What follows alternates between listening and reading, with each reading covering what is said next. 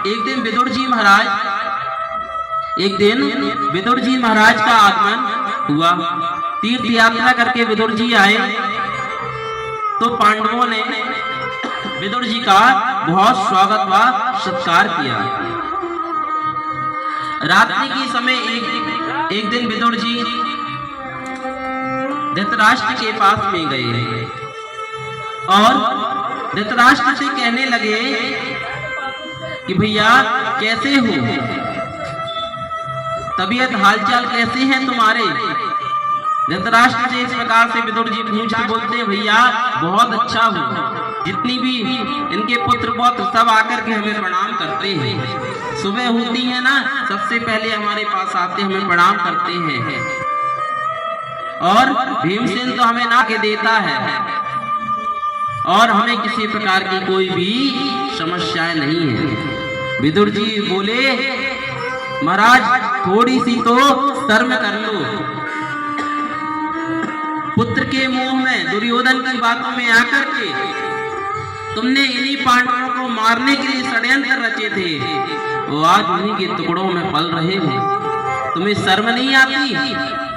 धृतराष्ट्र बोले, महाराज जाऊं तो जाऊं कहां, मैंने 100 पुत्र किए थे, 100 पुत्र थे मेरे, एक भी पुत्र नहीं बचा।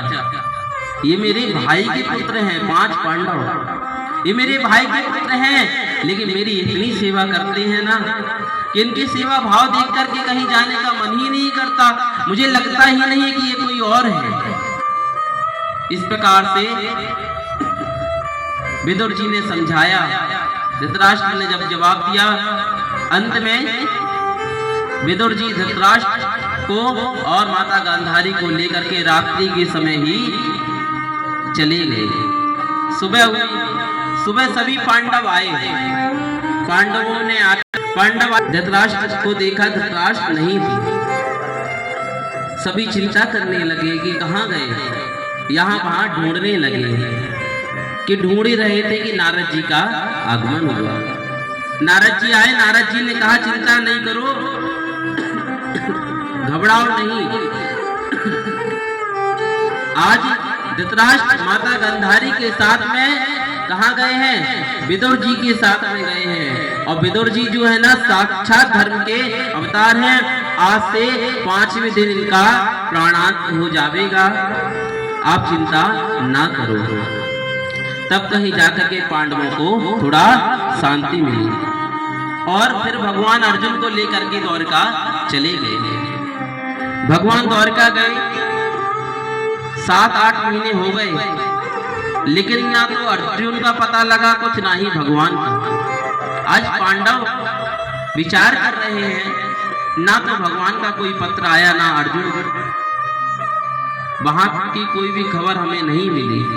विचार ही कर रहे थे सभागृह में कि अचानक अर्जुन आ गए।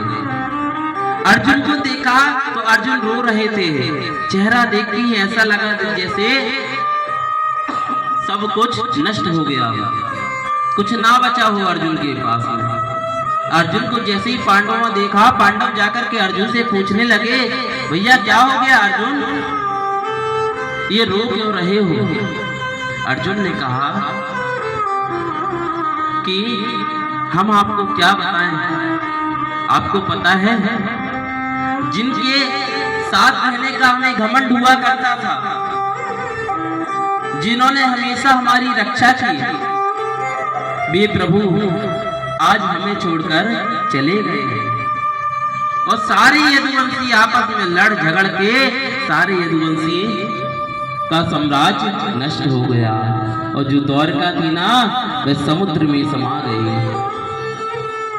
जैसा ही ये खबर कुंती मैया ने सुना, एक क्षण भी नहीं लगाया और कुंती मैया ने प्राणों को वहीं आहुति दे दी, प्राणों को त्याग दिया। ऐसे भक्त चाहिए कि भगवान अगर नहीं है तो भगवान के बिना एक क्षण भी ना रहे।